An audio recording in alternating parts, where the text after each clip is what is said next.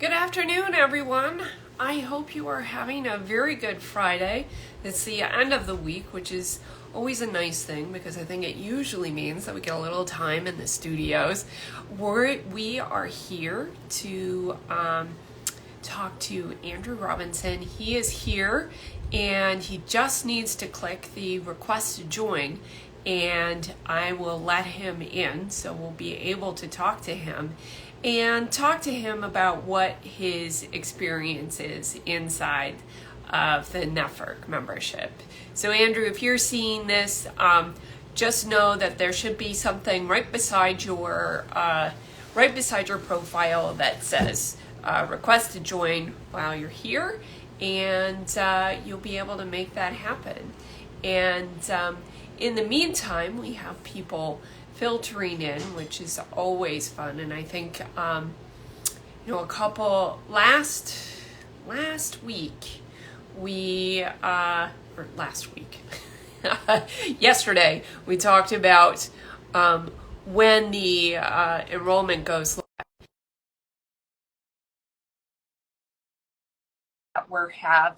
We're having Netvvrk members talk about their experience here, so it gives you a real sense of Hi. what's involved. So here we are, Andrew. Hi, how are you, Paddy? Oh, fantastic. I was so excited to talk to you because, Me too. I think the last time we talked to IRL was at spring break. That's true. Yeah, And that's that right. was really fun. So for people who are here, Andrew and I are going to talk about your experience on Netvvrk and, just talk about what that's like for anybody who's sort of wondering about what the experience is like beyond the conversation. You can go to the free masterclass that happens on Tuesday. Right on. How to get seen in the art world. Yeah. And to begin with, I'd love to just have you talk about your art, where you come from, and what kind of drew you to Netvvrk in the first place. Yeah, absolutely. I mean, it's interesting because I actually took one of your master classes, and that like piqued my interest. So that's just why I joined. So let me just get to the facts. I'm 54 years old. I grew up basically right outside New York City. And I say that because, at 54, or really 53 when I joined Netvvrk, I found myself kind of going, what I'm doing isn't really working. Like I'm kind of stalled out a little bit. Not like I wasn't able to make art, I was. And I was showing, but I wasn't really, I hadn't sustained myself off of my work. And I guess I certainly, I'm kind of a middle-class guy from New Jersey. I had this weird expectation that I should actually be able to pay my rent maybe, without having 5 jobs, And so anyways, that's a little backstory. I'm from New Jersey. I was born in Camden, which is a little kind of post-industrial city just outside of Philly. But I've lived in New York since 1990, let's just say 92. That's probably about right. I came here to go. Yeah, and I grew up close enough to the city that I used to come in quite a bit as a teenager and getting into trouble, going to the Pyramid Club and Danceteria and stuff. So I was comfortable in New York, and I had a pretty early understanding that probably art would be the path for me, for a variety of reasons. I think as a teenager, it was either I would join the Navy and learn welding, or I would go to art school and learn welding, so I went to art school. Oh, interesting. Yeah. And I studied ceramics, and I do a lot of ceramics, although my MFA was mostly painting. And I do both of those things today, and have been, pretty consistently since '92 when I moved here. So that's a little bit of my backstory. I'm showing. Actually, I have a couple shows that are coming up now. One of them is at the William Patterson University in New Jersey. It's the National Print Show, and I'm happy to say that I would never have thought to have even submitted my work for that until I joined Netvvrk. And I give everybody on Netvvrk a lot of credit, including members who have been really supportive and encouraging. And I heard about it, I think, through someone on Netvvrk. And my print won the grand prize, which is great, which means I'm going to get a solo show in 2025. Oh my God, that's fantastic. Yeah, yeah, I just found I love out, so that. it's pretty new, and I'm really excited about that. Oh, that's really great. So Yeah, you've used Netvvrk for some of the opportunities and community that's there. I have, and I think it's funny.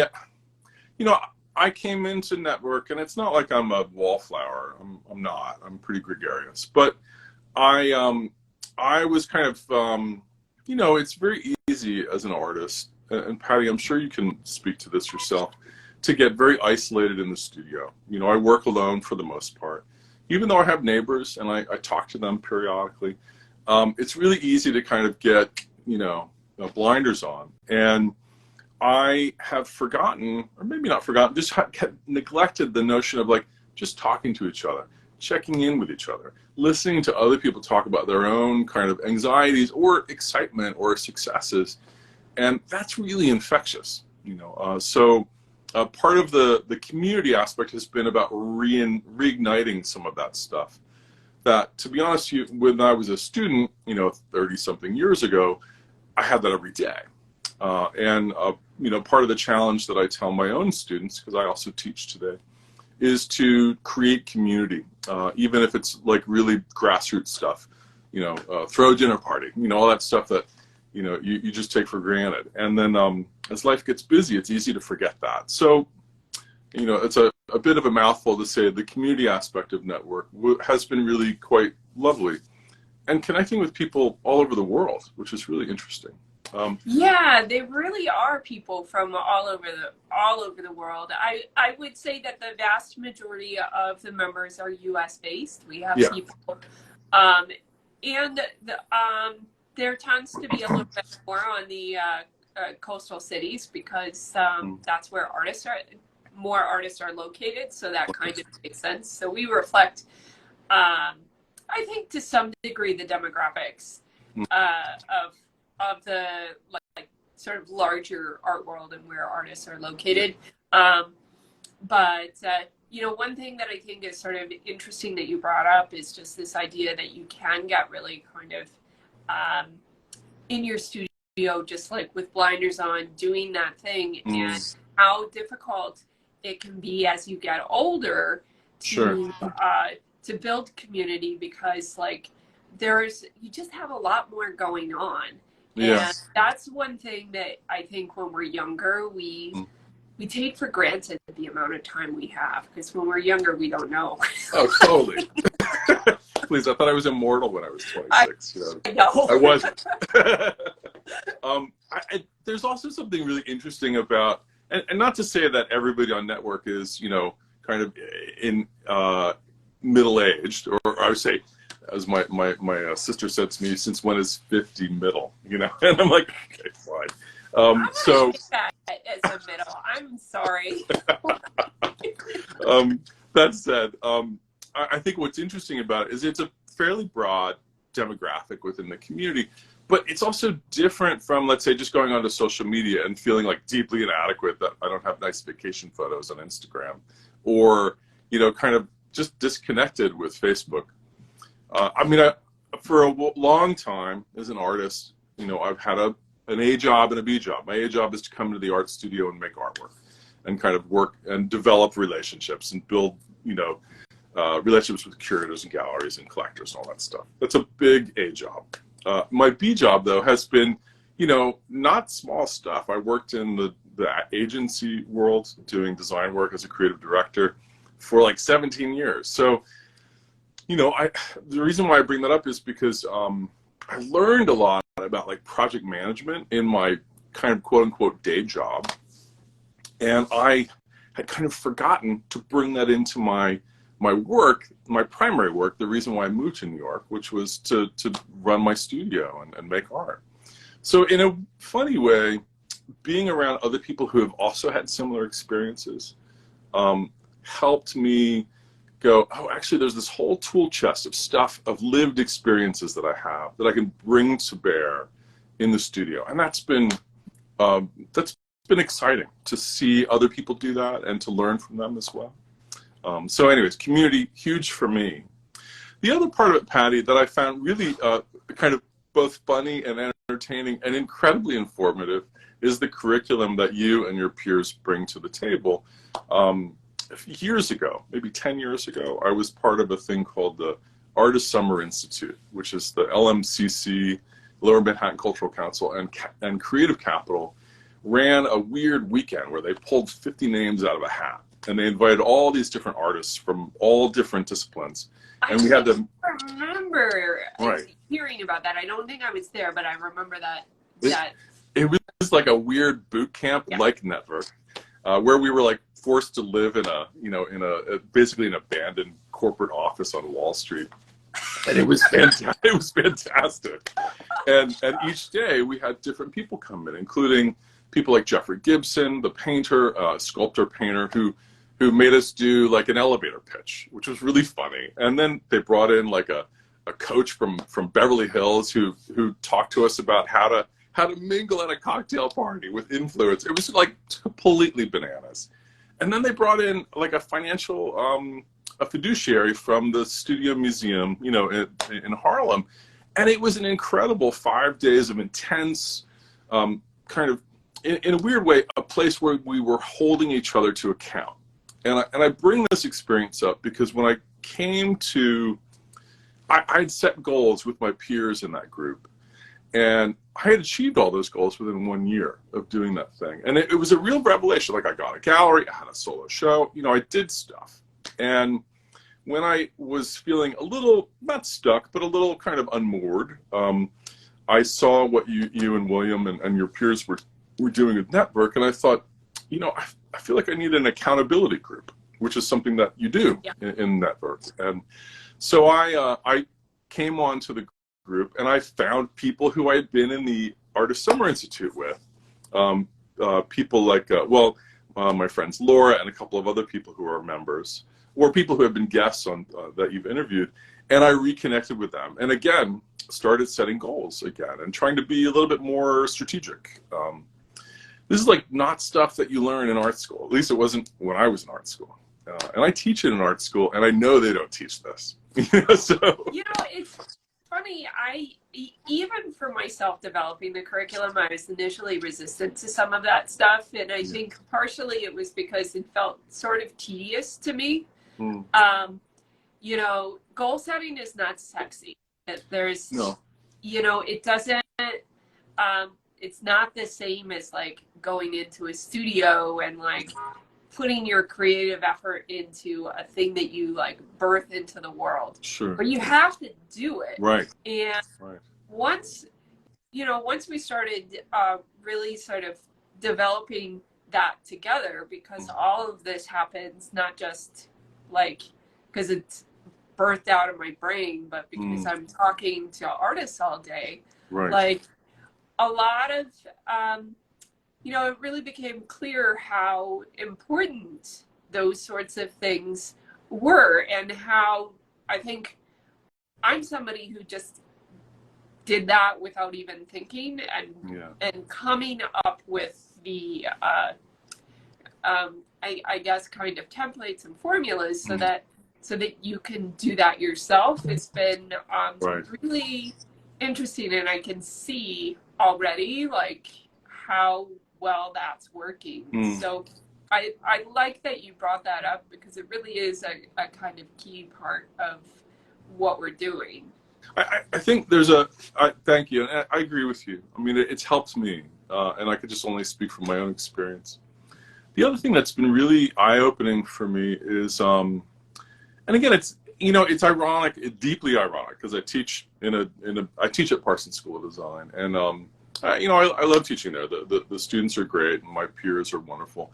It's deeply ironic, though, that at this point in my life, I'm kind of going, I kind of go back. I need to go back and look at the tools that I think I've been using. And it was really eye-opening for me when I sent you, like, you invited people to submit things like an artist statement, and I sent it in, and it was great to get feedback from you and peers, not only in Netvvrk but also in real life, who pointed out all the kind of weird ambiguities, or even your curricular content, which talks about language. and how to use it. Now, I didn't study English. I studied ceramics, So it was really helpful to get very candid, kind of funny, but also really candid feedback that was actually useful, not just critical. And I find sometimes, maybe sometimes candor is not the first thing that comes out when you're talking to a dear friend in your art studio. So it was nice to have some of that in a really constructive way. So thank you for that.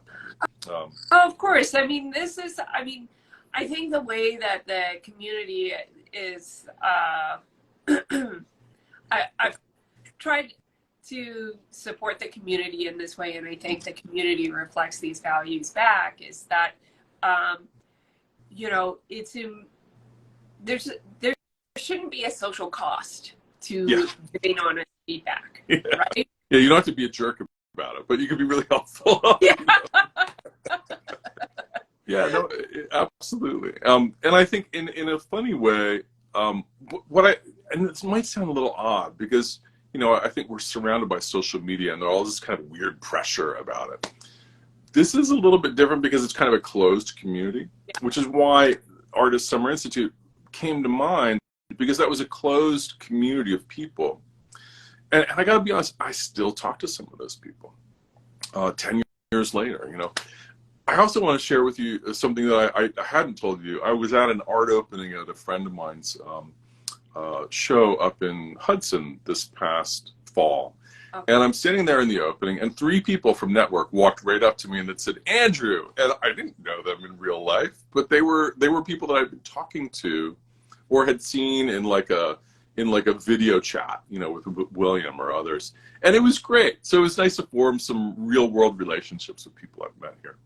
Yeah, that's really fun, like a fun aspect of Netvvrk, and I think that it comes up like we had some upgrades to the platform recently, and so now we have 2 calendars instead of 1. We have one that's events that are just for inside the platform, but then we have one for member events, and that was something requested by members who wanted to go to openings and like know that there was somebody there, to talk to, because that can be really challenging. Oh yeah. You're getting some questions on the screen. I can answer one of them. Okay. Yeah. So, do you want to answer it? Yeah. So, and correct me if I'm wrong. So you can join at a monthly membership. By the way, I get no benefit from me selling this product, by the way, other than your company. But you can also join in an annual membership, which is what I did, and that entitled me to some additional benefits. One of them, it was a little bit cheaper, but 2, it also allowed me to get a little bit more feedback from Paddy and her crew, and that's been invaluable because, again, something that I've done this year that I haven't really done, and a little bit more thoughtfully this time, was I sat down and I made a to-do list of which grants and which residencies I'm going to apply for, and getting feedback on things like my artist statement and applications like the Guggenheim, hearing about how other people approached it. That stuff happening within the community really helped me. I'll let you know if I get any of them, but I've just spent the past 2 months writing and photographing and preparing all this stuff, and I feel pretty good about it. And even if I don't get any of them, although count your blessings, I feel great about having put together a better package and having a little bit more sense of how to talk about my work in a way that doesn't feel like bullshit, but a way that feels kind of credible and real. Yes, see, that is the mark, I think, of real progress, because and I've been I've been really in goal setting because there's some new curriculum that I'm about to release on the platform specifically about this. But one of the things that I think is really important to be able to do is to evaluate how, like, rather than evaluating whether or not you got the grant, being able to be happy that you hit all your marks on while you were going through the process, Yeah. that is the real mark of success. Because a lot of times there's so many things for like the top end result that are out of our control. Yeah. Things that are in our control are the things that we can also evaluate and be happy about, right? And so the fact that you're saying, like, you know, whether or not I get this or not, I know that I did a good job and I was reaching my potential. Exactly. Yeah. I mean, I think that's the other part about it, is that I needed a little bit more of a challenge instead of just kind of doing what I've been doing and getting what I've been getting, which is not a lot, you know. I needed to push myself a little bit further. And so to some degree, your feedback, other peers within the network, and also just kind of the gumption of, hey, here's a bunch of things that you might want to consider that you haven't done yet, you know. And some of them are hard, to be honest with you. Oh, yeah. You know, to reflect and step back and go, all right, what are you actually saying in your art statement? Or even better, and this was not something that I expected, Patty. I came back to the studio after having rewritten that thing 12 times, you know, and you know, for God's sake, and it gave me a different pair of eyes to look at the work. I'm usually pretty intuitive, and I tend to be I do a lot of assemblage, so I'll bring sculpture and ceramics and stuff into it. Are there also members from outside the U.S.? Yes, there are. Good question. Members in all sorts of different time zones. Yeah. We have from Ireland, London, Berlin. We have, I think we have one person from Hong Kong. We used to have two. Somebody from Australia. So we have quite a few different time zones. Yeah, absolutely.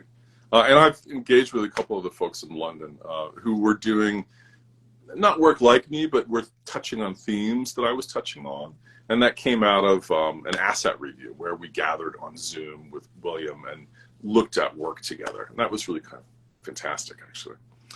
So I wanted to bring up this notion of having this kind of candor and an opportunity to step back and reassess how I'm talking about my work. It brought up a whole bunch of, you know, more things to do, more tasks for my list. But one of them was to simply step back and look at what was actually happening in the studio.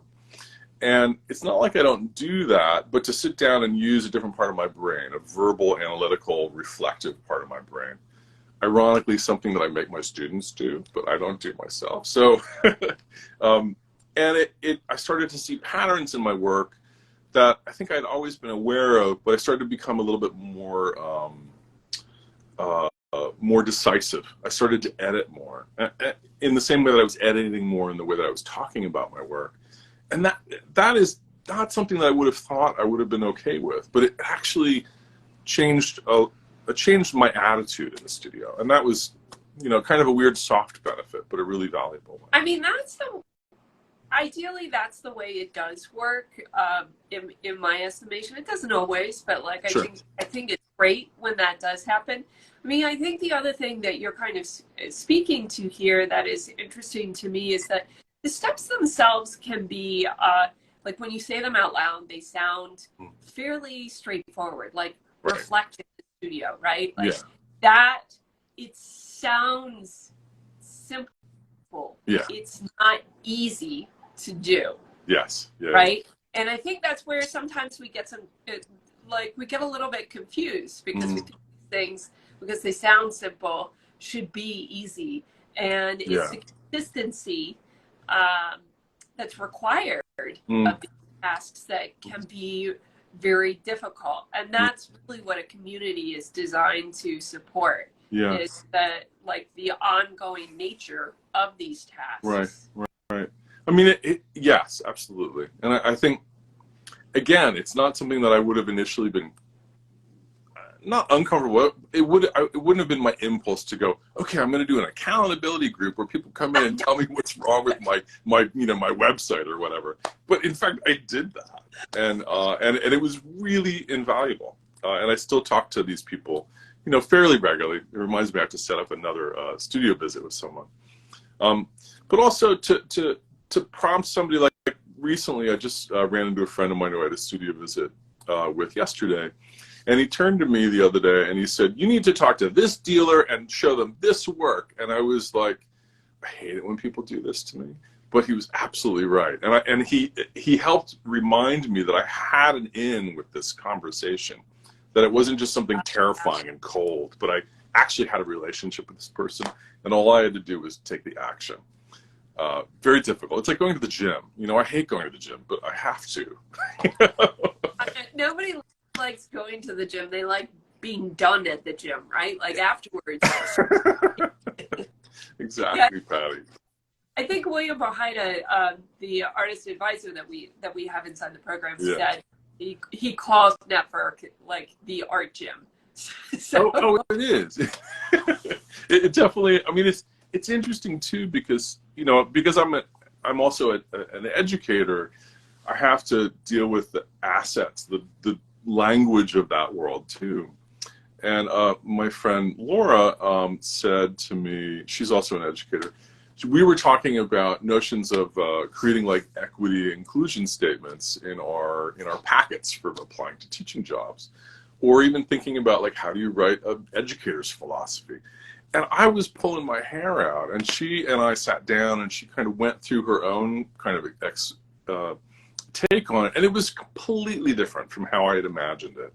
And it helped me see that I could bring like a personal and like kind of real and honest voice to that kind of stuff instead of just trying to check off some HR box. Yeah.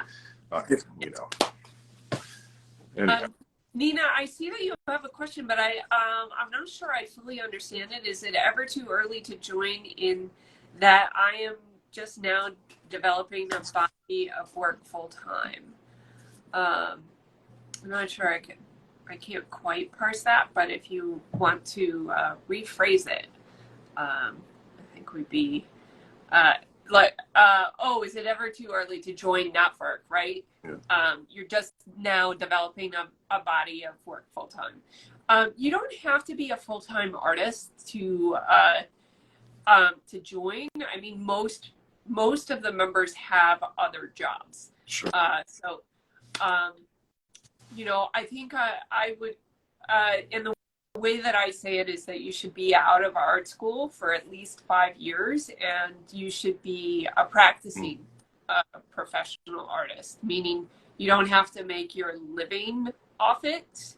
And I think that's something that, Andrew, you talked about, like right at the beginning, like you feel like it'd be great if you made money. I mean, all right, let me give you a little backstory to this. I'm the child of a painter, okay. and a writer actor. So you can imagine we were on food stamps. Let's put it that way. And so I was totally something, right? Like that was the way to rebel. Oh man, yeah. So I share that not to like sing you a sob story, but to say that it kind of it left this kind of impression on me very early that like going into the arts can really suck financially, and I was very reluctant to go into the arts or even into teaching. Both my parents taught, because I saw how incredibly challenging it was. Yeah. And sadly, I like couldn't do anything else. I like was just kind of obsessed with making work, and I also found myself. I think most of my students would say I'm a pretty good teacher. I hope, but I also found myself really loving teaching as well. So, I found myself kind of following to some degree in my parents' footsteps, and with a little bit of hindsight about like, I need to learn how to like manage my money and do stuff that, again, is not taught in art school, which is a real shame. And also, frankly, stuff that I learned in day jobs working with, weirdly, the New York Stock Exchange and places like that. I designed their websites, and I learned how to tackle some of that stuff, but they were hard lessons that I had to learn after I got out of school.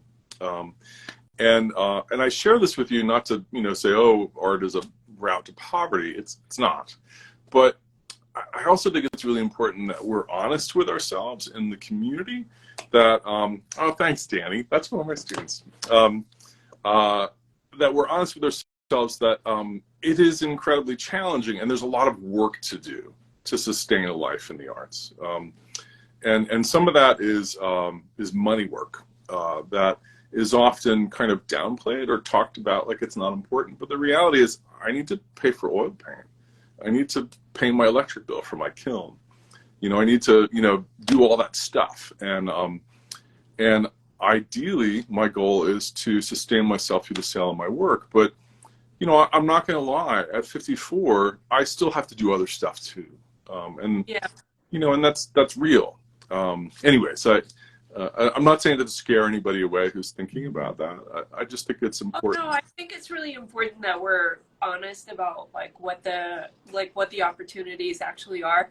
One of the things that I wanted to mention, when you were talking about your family story and things that you were kind of hesitant about doing, you were hesitant to become it because you saw how difficult it was for your parents. Yeah. I was hesitant to be an entrepreneur because I saw how difficult it was for my father. I told myself I would never do that. My father got fired from a lot of jobs. So did I. Pretty much I did. It's much better if I'm working for myself. I get it. And so sometimes I think these things are just hardwired into us. And one of the nice things about getting older, ideally, what comes with that is an acceptance and understanding of who you are. Yeah. Right. Yeah. And I think a lot of the navigating that we need to do, that we do together inside Netvvrk, does have to do, and we've been working on this a bunch behind the scenes too, but just does have to do with frank conversations about money, yes. Yeah. what we can and can't do. One of the things that we don't promise when you join Netvvrk is that you will make a living off your art. Right. I mean, it may be really hard, Listen, I worked in the financial sector for a while to pay off my student loan. If I was really into working for investment banks, I would have stayed there. I wasn't. It gave me an ulcer. It's all interesting, but at the end of the day, what was I doing all that work for? I was doing it so I could buy a kiln and get a studio and pay for all of that stuff until I could sustain myself a little bit more. Some years are fabulous. I sell work, I have collectors, and they support me. Yay, I love them. And some years it's really fucking dry, Paddy. And those are really hard years. But I also kind of know what that's like because I grew up like that. So I know I need to put a little bit away every month, Anyways, this is a longer conversation. We should do a class on this. Good. Because I think managing your career in the long term is, that's a real skill and something that needs to be discussed. But anyway, Andrew, I'm going to thank you so much for coming on and chatting with me. It's always so fun. I love that there are so many people here who are clearly your fans. Likewise. It's lovely to see people who I recognize. I count myself amongst them. Thanks, Pat. For anybody who wants to learn more about Netvvrk, who wants to know more about the principles that we use and that you can apply to gain more visibility, there will be a free class on Tuesday. You can just sign up by clicking the link in the bio. It's at 2 p.m. and it's about how to get seen in the art world. And you need to sign up for that. Even if you can't go, there will be recordings, but you need to sign up so that you get the recording. But I do encourage you to go live because if you don't, then you can't get you can't participate in the live Q&A. And it's really fun. Thank you, Paddy. It is. Well, thank you so much. Right. And I will see you online. Okay, awesome. All right, bye, everybody. Bye.